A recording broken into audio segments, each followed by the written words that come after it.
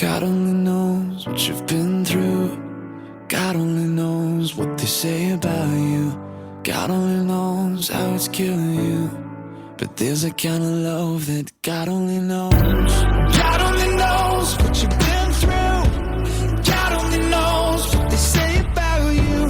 But God only knows the real you. There's a kind of love that God only knows.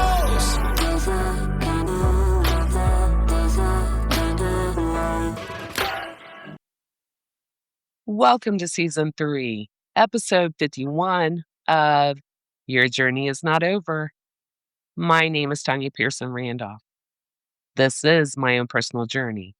This is my healing journey. And all the expressions and opinions are of my own. I own all the rights to my personal journey, to my healing journey, and to Your Journey is Not Over. Neither of the three are to be used, copied, nor edited in any way without my consent. Well, I'm going to start out today with talking about a conversation that I had with a very dear friend of mine over the weekend. She, like myself, like millions of people around the world, was herself in complete lockdown for 3 years. As she tells me, unlike myself, she had no fear. She just couldn't make herself step outside her door. As we discussed, the walking to the mailbox is where we both begun. But unlike me, she shared with me she would get the courage and push through, overcome the anxiety, the panic, if only for a few minutes, and would go to her mailbox and straight back in, and then tell herself, now how hard was that? What in the world is wrong with me?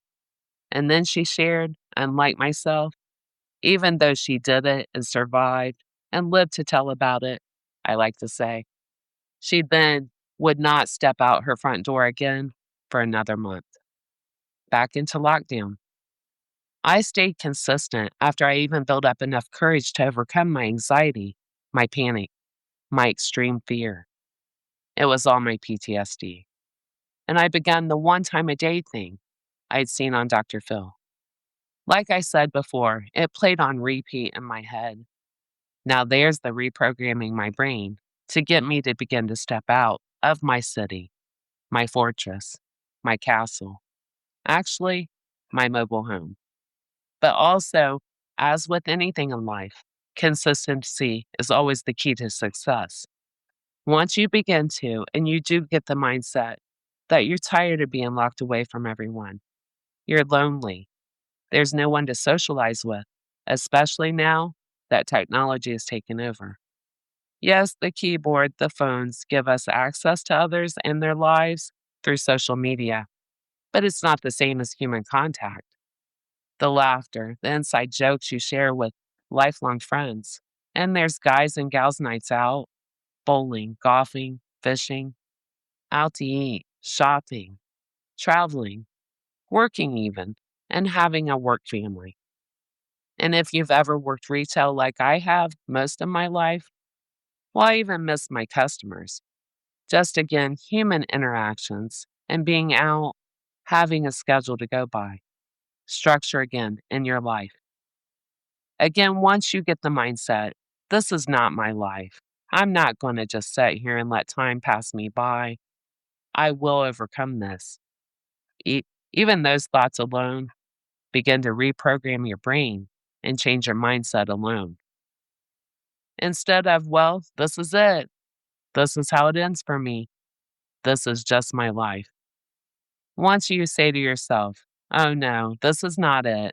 This is not how it ends for me. You have begun to fight back. You have begun to take your power back and then get your life back. And that is what is so important to me. And that people do now understand what led them there. And for everyone suffering, please begin to reflect. And the biggest part is understanding your journey spiritually. And then heal yourself and release it all. Give it to God. I tell our Father every single day, too. Thank you for relieving me of all that weight, April 16th, 2024. And thank you for bearing all that weight. I know my burdens weigh a ton, and I'm so grateful you now carry them so that I don't have to. Because of handing everything over to God, I have this extreme amount of peace like never before in my life. I don't worry, I don't stress. I no longer feel the need to know the how, the what, the when, the need to control. I now have complete trust and faith in God, and wherever He leads, I shall follow for all the days of my life and beyond.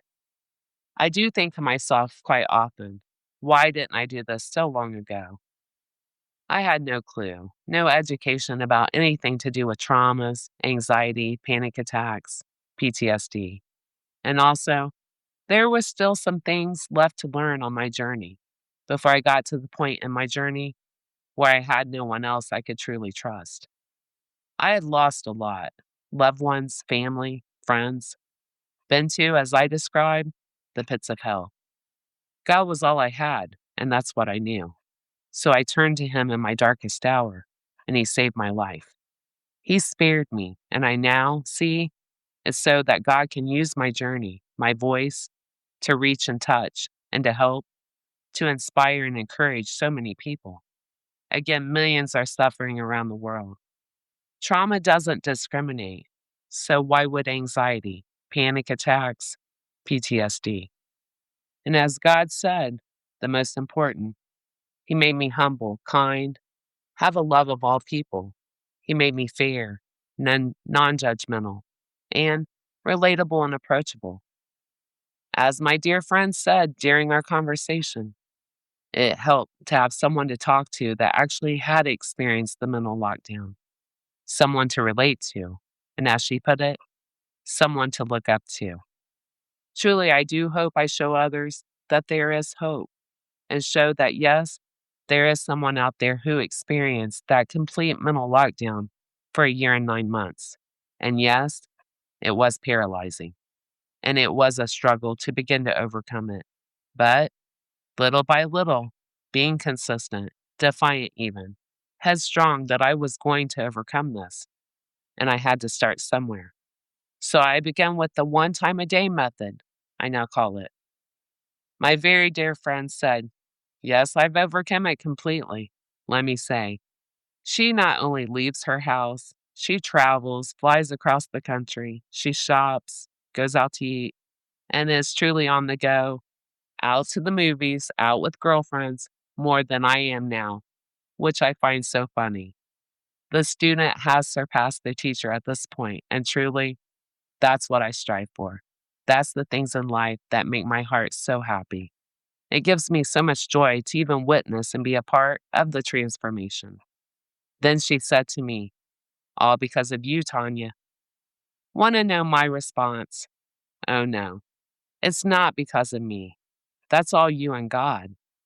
I just believed in you at a time you didn't believe in yourself.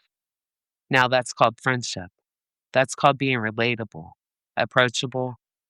That's called being human. I do not own the rights to the things I chose to share today. God is not finished with your story. This is just one chapter. There are so many more chapters to come. Please keep on reading. The best is yet to come. Isaiah 41:10 teaches us that God didn't promise an easy journey, but He promised to walk with you through every step. Please remember every path of your journey has a purpose. Facing it won't be easy, but avoiding it keeps it in control. Scream so that one day, 100 years from now, another person will not have to dry their tears, wondering where at in history they lost their voice. You will heal and return 100 times stronger. That's Joel 3, verse 10.